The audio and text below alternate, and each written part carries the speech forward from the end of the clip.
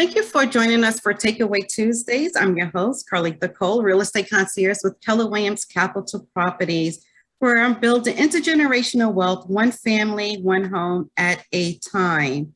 I want everyone to know that we do Takeaway Tuesdays every single Tuesday. So join us Instagram Live or Facebook or Yahoo or YouTube. For great discussions on all things real estate globally. For the past couple of weeks, we were talking to realtors in the Bahamas, getting some great market insights, finding out what type of strategies are utilized for their business, and also, why should we buy and invest or vacation in the Bahamas? And so you can always go back to IG Live at Carlita Cole to take a look at some of those Takeaway Tuesdays interviews and, learn a little bit more about real estate in the Bahamas. And so I've been telling people about my 45-day challenge for affirmations. I'm really excited about that. I do affirmations is because every single day that I wake up, I realize that I'm not only accountable to myself, but I have a fiduciary responsibility to my clients as well. In order for me to really do all that I do, I know that I have to affirm my level of success. And so I'm on a 45-day challenge. And I believe that our wealth as realtors, it starts with mental clarity, which is really essential when you're trying to achieve lofty goals. You have to have a vision, nurture the vision, and affirm the vision. So today I affirm that I am making a positive impact in the lives of others. And I want you to join me as well on a 45-day challenge. And today I ask, what do you affirm?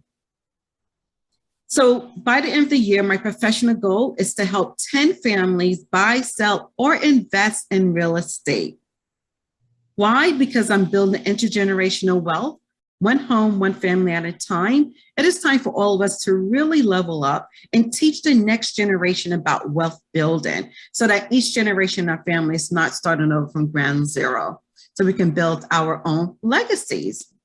So please join me on the challenge and please help me help 10 families take their legacy to the next level. Okay, so without further ado, joining us here today is the wonderful, fantastic Joy Russell from Louisiana. Hi, Joy, how are you? I'm great, how are you? I'm doing just fine. Thank you so very much for joining us today. I really appreciate it. I know that you could be doing so many other things, but you took the opportunity to join us today for Takeaway Tuesdays so that other realtors that will be listening to us can learn some new skill sets. You're going to share best practices with us. And then we just get an opportunity to just celebrate you for a moment. I'm a big, huge supporter of women in business and just really giving women a platform to be advanced, to be recognized, and to give them some more visibility. And so thank you once again for joining us today. You're welcome. So I just wanted to tell you a little bit about Joy. Joy Russell's interest in real estate started after purchasing several homes on her own. She recognized the art of real estate and became a licensed realtor about 17 years ago. Since then, Joy was named Rookie of the Year, her first year in real estate, and has maintained the status of a top producer and mega agent. Joy is currently in the top half of 1% of all realtors in the greater Baton Rouge metropolitan area, state of Louisiana, the United States, and internationally, the #1 individual realtor for her market center for the past 8 years. That's incredible. She has been recognized for the highest gross closed income, highest sales volume, and most units closed, and has been named Sales Associate of the Year, Top Profit Share Earner, #1 Top Producing Individual Agent, the President's Club, Growth Partner, the Diamond Circle, Top 5 in the Gulf Coast region, and Best Dressed. Now, if that's not enough, she also has several designations underneath her belt that signifies that she has went through the extra steps to make sure she has all the credentials to help you with your goals. She is now accredited buyer's representative, Certified Residential Specialist, Graduate Realtor Institute, and Sales Representative Specialist. These are all the designations that Joy has. Now, I can go on and on and on about Joy's accolades because she has quite a few. But I do want to say that she is doing wonderful things in the state of Louisiana. And she also represented Baton Rouge on HGTV's House Hunters. Now, that is one of my favorite shows. All of the House Hunters, I like to watch all of them because I like to know the market in various different areas and product. What are they selling? And so Joy was able to represent her area. I watched, I think, 3 times. It could have been reruns because I watched them over and over again. But Joy will talk a little bit more about that later. But she is definitely committed to the needs of her clients and helping individuals realize their dreams. And naturally, her motto is bring joy to the world. So Joy, without further ado, welcome to the platform. And thank you again for taking time out your day to sit and chat with us about real estate in the Louisiana area.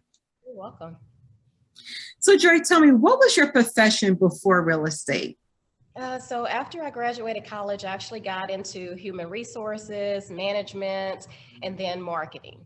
I actually was a marketer for a home health company where I would go into different doctors' offices and get them to write prescriptions to their clients to use that particular home health company that I was with.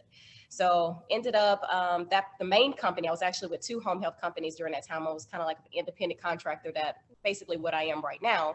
And the main company that I was working with was relocating to a different city that was about an hour and a half away from Baton Rouge. And I decided that I did not want to do that. So I had already purchased 2 houses during that time. So I was pretty familiar with the buy side of selling real estate. So I thought, you know what, let me give this a try. And so I jumped into real estate. Awesome. So how did you determine, for me, I actually, when I first started real estate, although it was with the same brand, I changed within the brand twice. The first one had all the glitz and glamour and promises, but no delivery. The second one was very more, I can say, not traditional, but more homey like. And the broker was absolutely amazing, supportive individual. And I was able to rest my license there for years. And so how did you decide on your agency and your brokerage? What was the determining factor for you? Well, I've been with a ton of companies over the year, but when I first started real estate, it was basically there was an agent that was in real estate school with me at the time, and she was getting her broker's license when I was getting my real estate license. And I just went directly over to her company, which was Remax. So I stayed with Remax for about 6 months. There was a lot of broken promises at the office. And when I decided that I was going to leave, the broker did tell me that if I left, I would never sell real estate again. So there was an agent with Keller Williams that I had worked the deal with, and she had sent me a thank you note after the transaction. So I just thought back to her and decided to go over to Keller Williams at that time. And it was probably the best decision that I could have made. I had 10 contracts during that particular moment. And within like a month to 2 month time frame, all 10 of those contracts fell apart. So oh no. Actually, I was like, oh my God, I'm cursed, because he told me if I left, I was not going to sell. And every contract I had fell apart. So I was like, down for a few days and decided, I was making the decision whether or not I was going to stay in real estate or if I was going to do something else in my field, because I had 2 degrees during that time. I have an MBA, and then I had my bachelor's degree.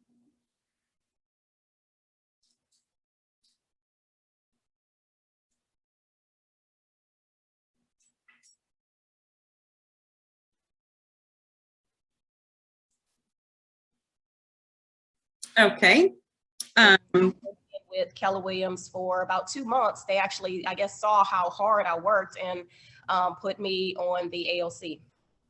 Wow. Okay. The ALC. Okay. Awesome. So for those who are not, for those who are not familiar with our ALC, because I'm also with Keller Williams, Joy is pretty much my colleague, my peer in another state.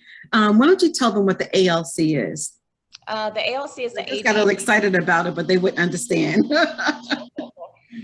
It's the Agent Leadership Council, and basically it's the board of directors for that particular Keller Williams office. So the ALC actually makes a lot of decisions for the office, you know, and just promotes, you know, productivity for the office as well. So, you know, to say I wasn't even in real estate for a year at that time, to be selected was quite an honor. So I actually served on the ALC for about 10 years until I stepped down.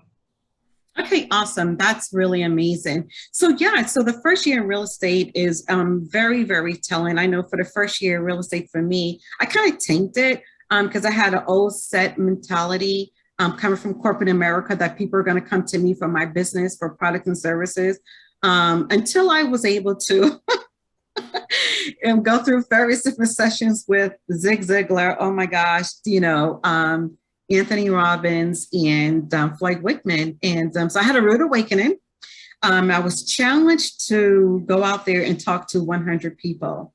Now, that is very interesting for me because a lot of people don't believe that I'm an introvert, right? Because I have such a bubbly personality, socially, that is, socially. But I really are not, I would say at that time, not much of a people person.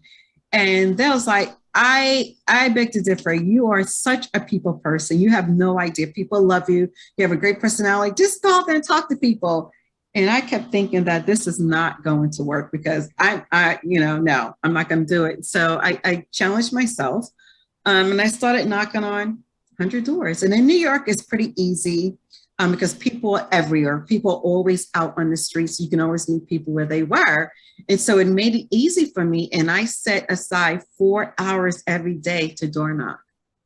And it turned my whole business around. I went from not doing anything the first year to the next year, top producer, Rook of the Year, all those things, you know, in the first year. And so I was like, wow, I can do that. I love people now. I love people now. And so it is really interesting, you know, to see how people don't understand what we go through as realtors in terms of how we have to be people marketers because we have to really get to know, understand people. And then, you know, it's just a lot of responsibilities that come with that. And so being that you're able to achieve all of that in your first year, congratulations to you. Congratulations. I mean, I actually have a similar story to you. Like I was very, very shy and quiet. I'm still pretty quiet now, but I was so much, so quiet back then. So what I had to do to break myself out of it, I actually wore my name tag every single day. And if I made eye contact with anyone, I had to stop myself, turn around, have a conversation with that person, let the person know what I did, ask for a referral, give them 2 business cards, let them know that 1 business card is for them, the 2nd business card is for a referral. And then I did not, pay at the pump. I would actually go into the store to pay. I would talk to everybody in line. I would leave my cards at the register.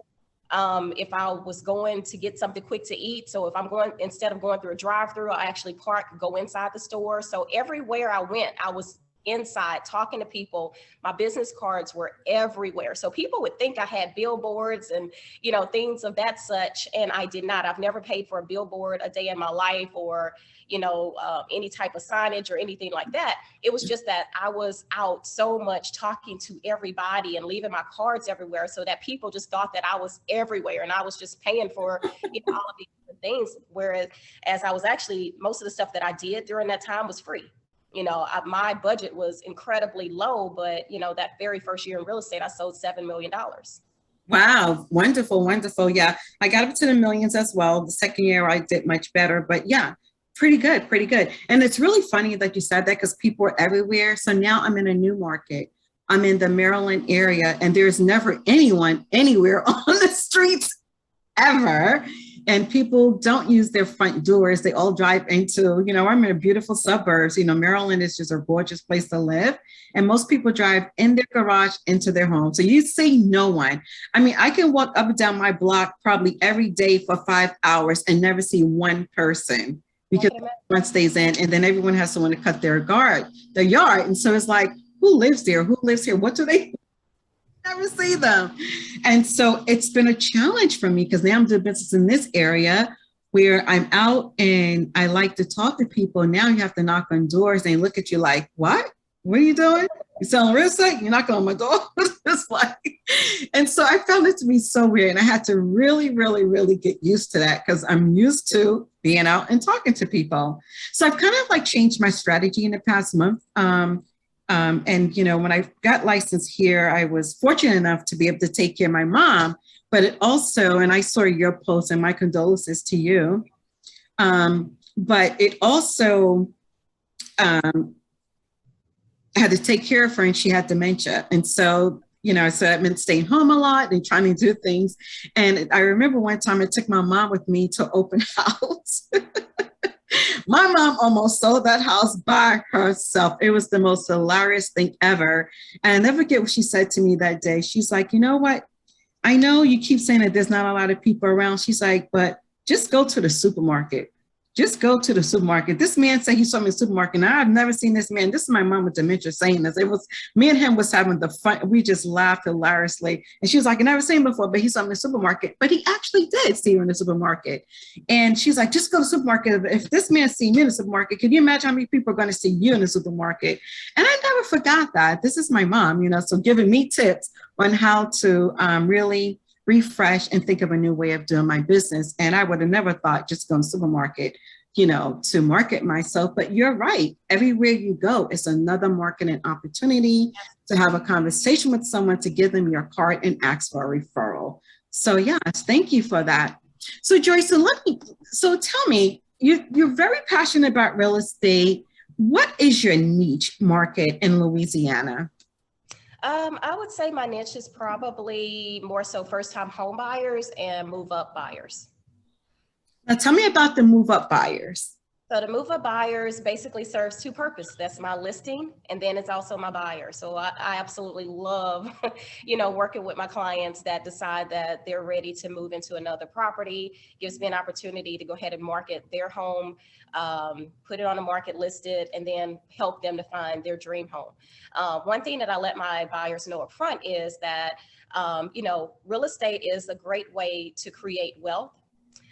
So we always focus on trying to work towards getting rental properties. And also I let them know that that first house is not their last house. Right. I basically kind of let them know that within the next 2 to 5 years, more than likely, they're going to be ready to sell that house and move up to their next house. And a lot of my buyers are now in their fourth house or third house. And also I have a lot that are, you know, moving into their second house, you know, so just being able to nurture my sphere, you know, my past clients, my friends, my family, and help them to accomplish their dreams. You know, I think that that's really been the recipe for my success.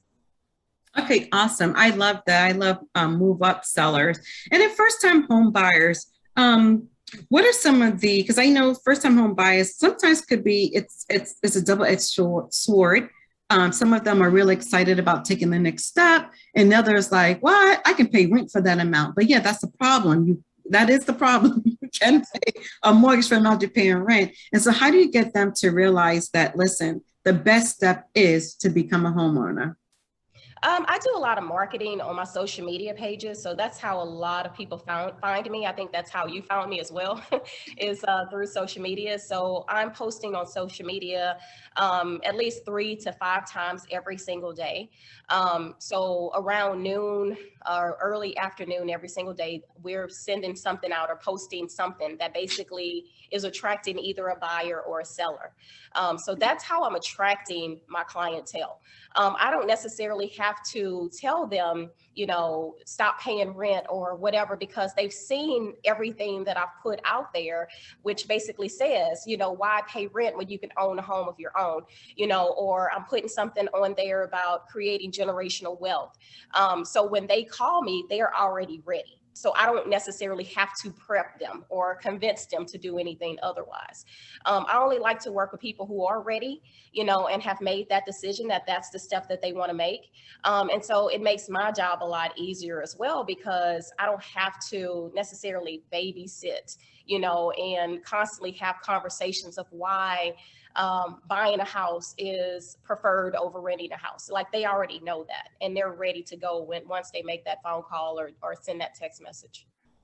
Oh, I really like that. So thank you for that tip. So now there's something I'm going to try. I haven't tried that really in my post and my marketing, but guess what? You're right. I'm going to change. Let's see, this is why I talk to people to see what they're doing. Best tips, best practices. I do a lot of talking and I do door knock, but I'm going to pull back from door knocking and going out. I want to do a home buyer seminar, but you're right. I think if I just communicate that, if that's part of my messaging, like consistently every single day, people are going to contact me in reference to my posting as opposed to me contacting them. They'll be proactive. So thank you for that. I hadn't thought about, not that I never thought about it. It's just something that I haven't been doing. Yeah. Yeah. Yep. Absolutely. Yeah. So thank you for that. So this is why you talk to people, see what they're doing. So, and this is why I scope out other realtors pages as well, because I like to see what they're doing. There's another realtor, of course, I'm partial to women because my whole platform is about, advancing women. In my other business, I do own a business called Silke Endress, International Lifestyles of the Lady CEO, and where we really promote the status of women globally. And so, yes, I'm partial to women. But I do go around, I scope of other realtor pages, particularly women, to see what they're doing. And I came across this one post for this realtor. It cracked me up and I had to contact her. And she was talking about how she received a bonus and she went car shopping and to buy a car. And then she thought about buying a house. And so she was sitting there in the post, she kept going back and forth between the house, the car, the house and the car. And then she chose the car and then the car broke down on her. And then it became like a money pit. She had to put money in. And then she's like, what would have happened if I would have bought this house? And so then, this is her telling the story. So she goes back and it's like, at the time when I was thinking about it, between the house and the car, the house only costed $150,000.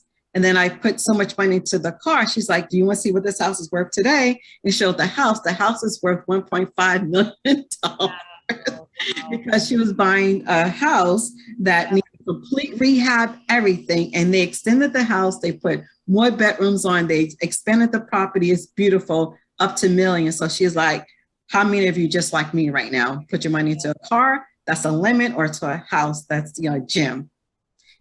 So I'm like, I like that. And so I want to do more of those posts as well, because if I'm going to call her as a realtor over her post, can you imagine how many clients she's going to get from that? And so, so it does work. That's so true. For putting yourself out there. So tell me, Joy, so what's the market like right now in Louisiana? What kind of insights are you seeing? How's the inventory? How's the sales? Are we getting, multiple offers on properties? What is it like in your area?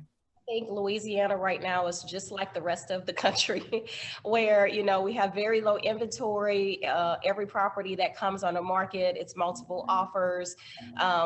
Very clean contracts. The buyers are not asking for closing costs. They're not asking for warranties.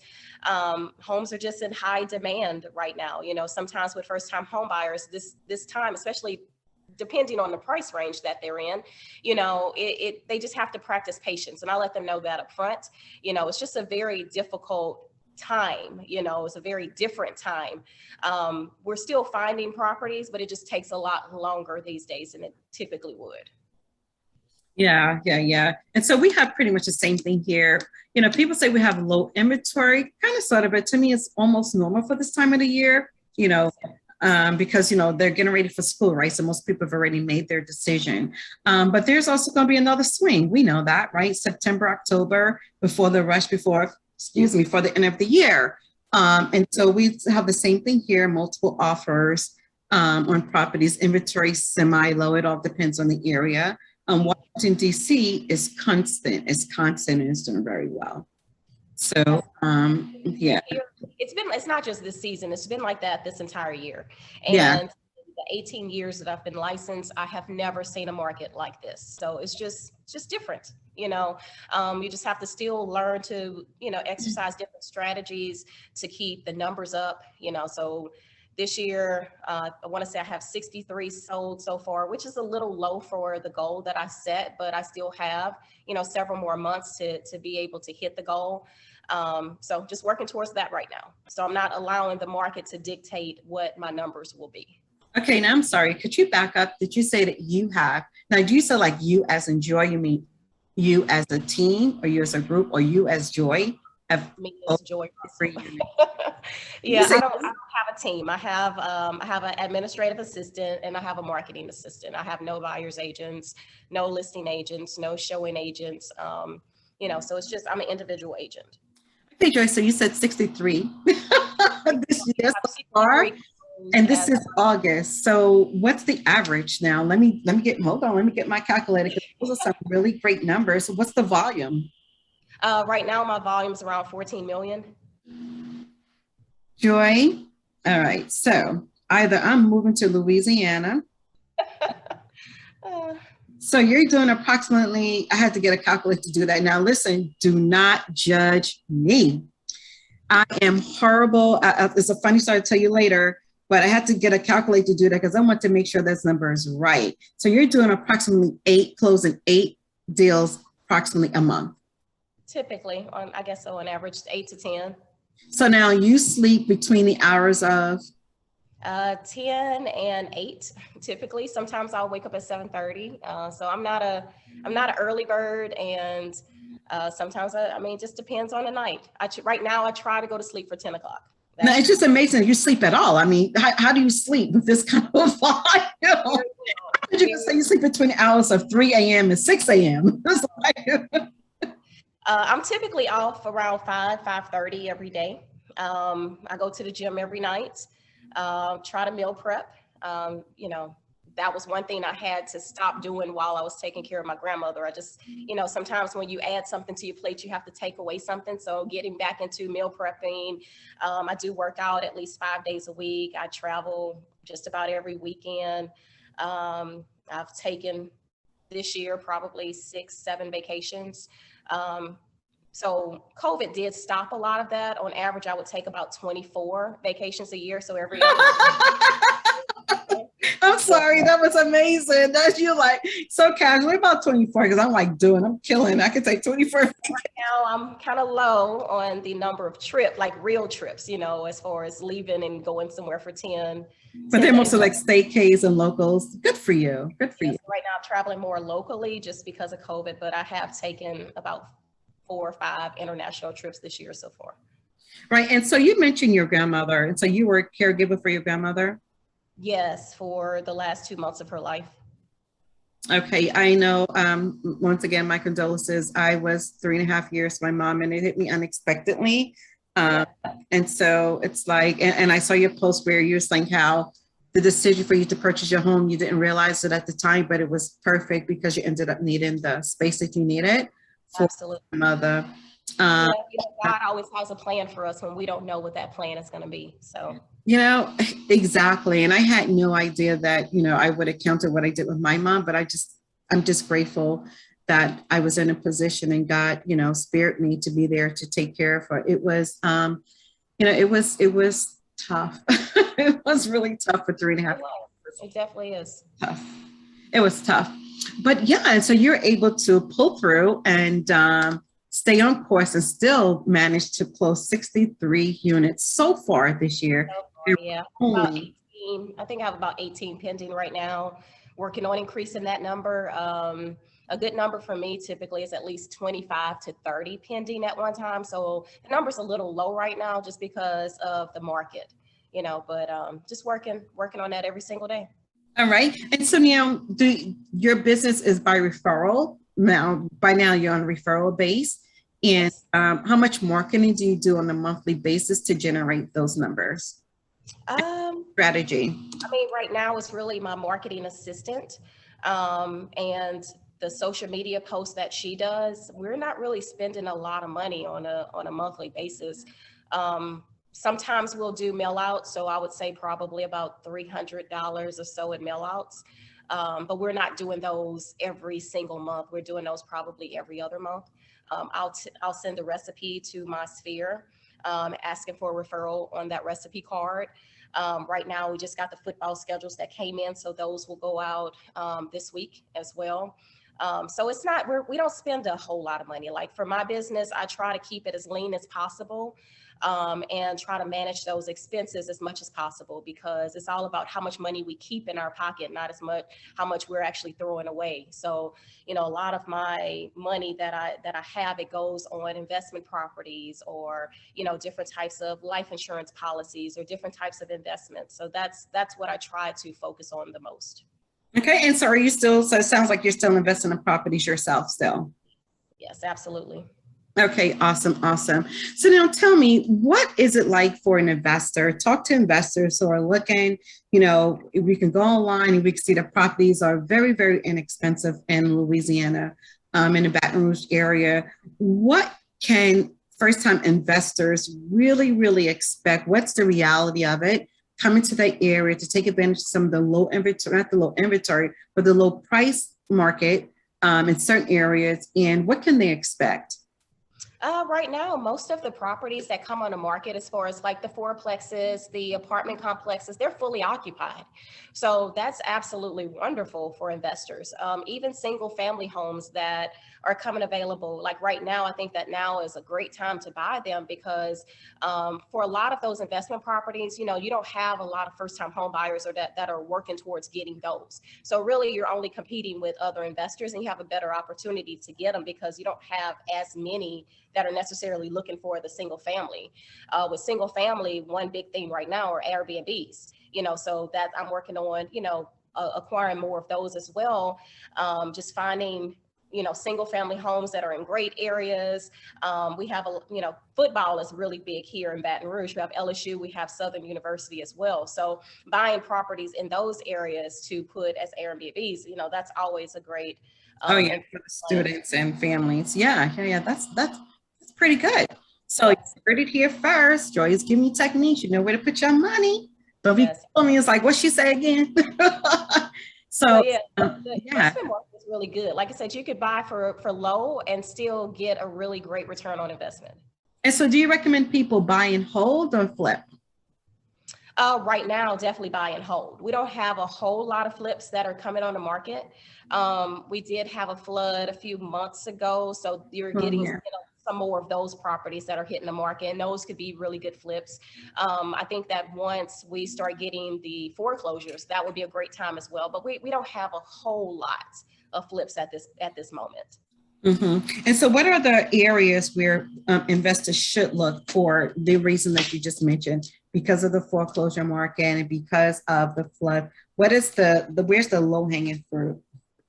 Right now, honestly, you can buy basically anywhere in Baton Rouge. North Baton Rouge is, you know, you can get a lot of properties there.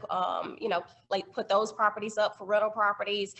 Properties near LSU, that's also a great place to purchase rental properties as well. Honestly, anywhere in Baton Rouge is a good place because our rental market is very high, you know, and you could receive basically the average rent here right now is around $1,100 to $1,200. So what's that for, a one bedroom? That's for a 2 to 3 bedroom, Mm-hmm. depending on the area. Depending What? Are you? You can barely get a studio for that amount here. Yeah, well, this is not DC. This is not Maryland. Wow, that is amazing. That is awesome. The average 2 to 3 bedroom home that's in areas, you know, 4 or 5.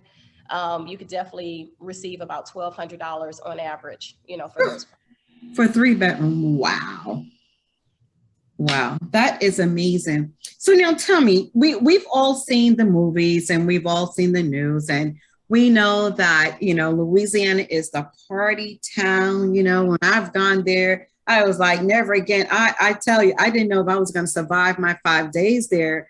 I mean, I really didn't know the difference between morning, noon, and night because they seemed like they ran into each other. I don't know if we stopped at midnight or stopped at 9 o'clock in the morning. I have no idea.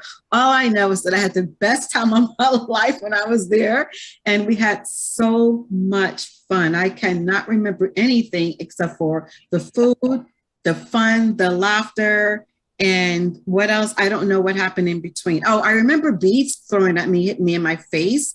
I do have a whole bag of beads. I don't know how I got them. I remember my time there. So it was just really amazing.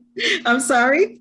You had a great time if you don't remember where the beads came from. Yeah, I don't know where that stuff come from. And we're always like, yeah, remember that day? No, it wasn't that day. It was the other day. No, it wasn't there. It was in the morning. We have no idea. Only thing we know is that we had a great time because we were so engrossed into the culture and the music and the food, the entertainment and the people that we didn't care. We said that we wasted our money on the hotel because we never really stayed in the hotel. We wasted our money. That's how we don't remember. Like because the next day we're like, what are we going to wear? Like, did we have this on yesterday? Like, you don't know. We just had way too much fun.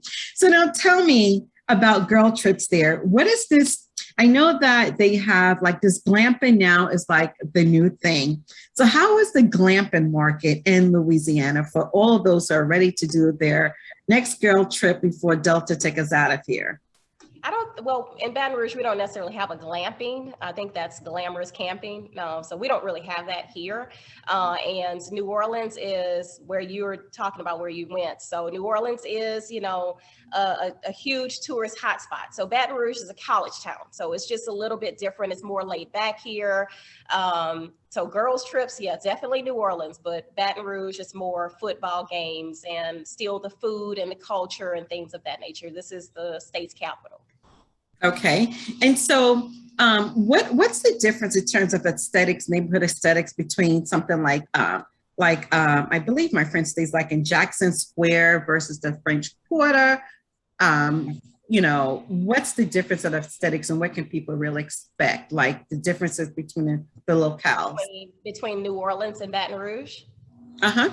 Okay, so New Orleans is more of that, you have more of that French aesthetic there. It's a big city. Baton Rouge is a smaller city. We have 8 surrounding parishes that encompasses about 1 million people, but Baton Rouge, the city as a whole, is less than 300,000 people. So it's not a big city. You have a lot of different subdivisions here, whereas in New Orleans, it's more neighborhoods, I believe, more so.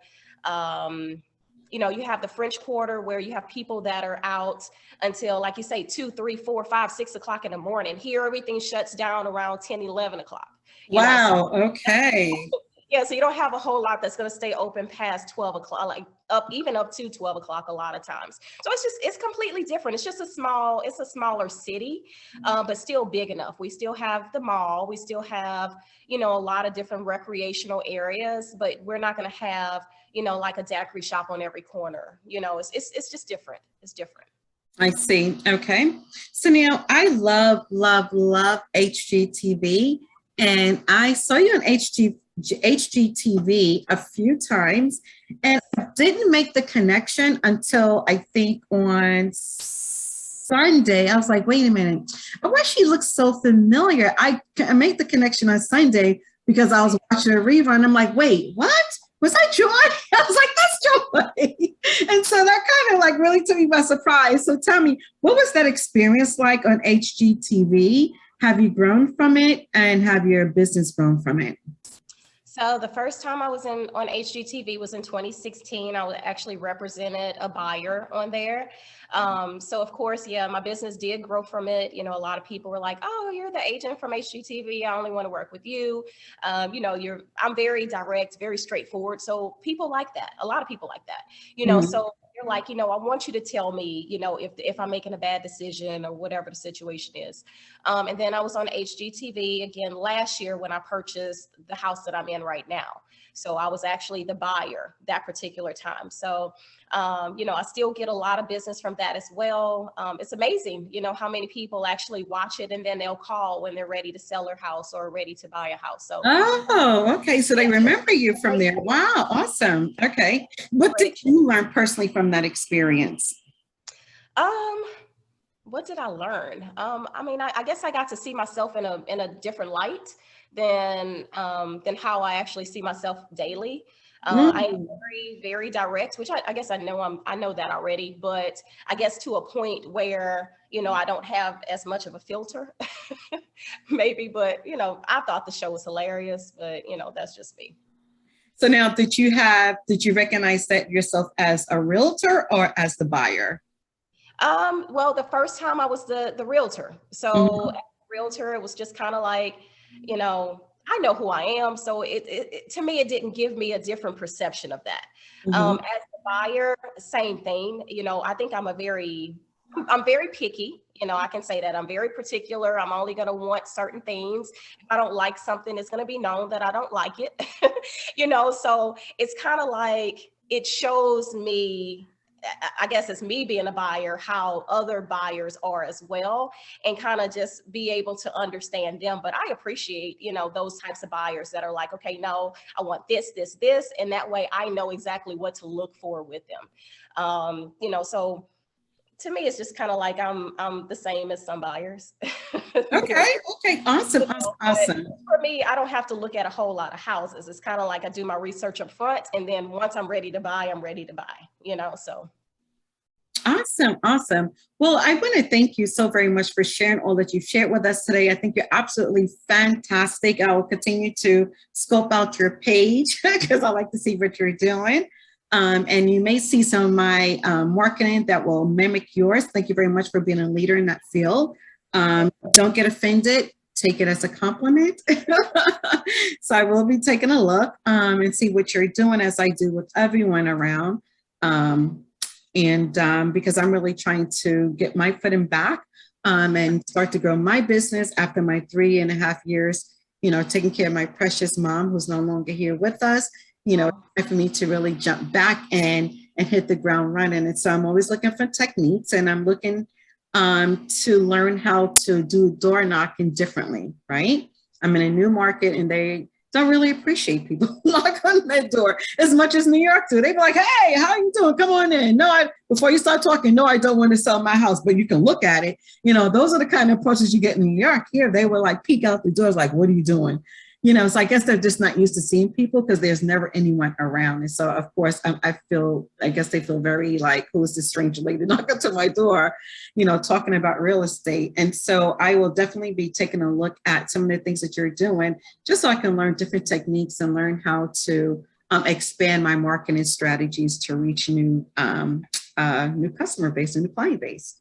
Absolutely. Another thing that you can do is most cities have meetups. So just kind of look and see what meetups are available, and just make yourself available to go and meet new people there. Let them know what you're doing. Ask for referrals, because sometimes people are not looking to buy or sell a house, but they might know someone who's looking to buy or sell a house. And that's a perfect opportunity for them to be aware of that situation. And then typically they will call you within the next week or two, letting you know, hey, I have a friend that's looking, to do this or do that. So just finding different networking events that's going on in your area. Look on meetups, because that's a great way to find different organizations or different arenas where different people are, so just making yourself available. And just one thing that I did also once I went to Keller Williams was I made sure that I handed out at least 20 business cards every single day and met 20 new people to add to my database on a daily basis. So, just start doing those type of things, because it's all about how many people you meet, how many people you talk to, so it's all about the conversations. So I think that you kind of focus on that, then you'll be able to accomplish whatever your goal is. So I really do like that. It's not about the number of people you meet. It is about the conversation that you have. I really do like that, because you're right. You can meet 15 people, and then what are you having a conversation about? You can meet 2 people and have a very in-depth conversation about them. And then you just happen to mention that you're in real estate. So that way, because you want the focus to be on them, of course. Therefore, they'll feel that she's really interested in me. She really listened. And that's one of the key traits of a realtor. So, and then talk about yourself. So I really do like that. Thank you so very much. You're welcome. I've been staying out of like large, I don't know, just, Delta Cove or whatever. I've been trying to take it easy, do most of the networking online, but you're right. It's nothing like that personal in-person interaction. So thank you so very much for that. You're welcome. So Joy, so tell us, what are the takeaways? What do you want us to take away from you joining us here today about you and your market area? I've been doing this for 18 years. One thing I would say is for everyone to set a goal every single year and, work that goal by the week. So you break it down for, if your goal is $10 million and you break that down into the number of months, then you break that down into the number of weeks, and then you break that down to the number of days. That helps you to stay on track with what you're supposed to be doing every single day. Another thing that I do is I time block. The reason why I'm able to have so much free time and to be able to truly live a life is because I time block daily. I know every single day what my mornings are dedicated to and what my afternoons are dedicated to. And then when I get off, what my evenings are dedicated to. That's very important in this business. Affirmations, you mentioned your 45-day challenge. I do that every single day. So I have an alarm that goes off every day at 11:11. And at that time, it's time for me to say whatever those affirmations are. I feel that whatever you put into the atmosphere will come back to you. So if you say it and you believe what you say, those particular things will happen in your life. So that's very, very important. So for me, I feel that the reason why I'm successful is because, I practice basically what I preach every single day. I know that every year I should sell at least 100 properties. Right now I'm to the point where I'm trying to sell more. The most I've ever sold was 127. So I want to be able to break that number and be able to sell, more properties. But basically, I'm Baton Rouge, Louisiana. My Instagram tag is @RealtorJoy. Facebook is Joy Russell.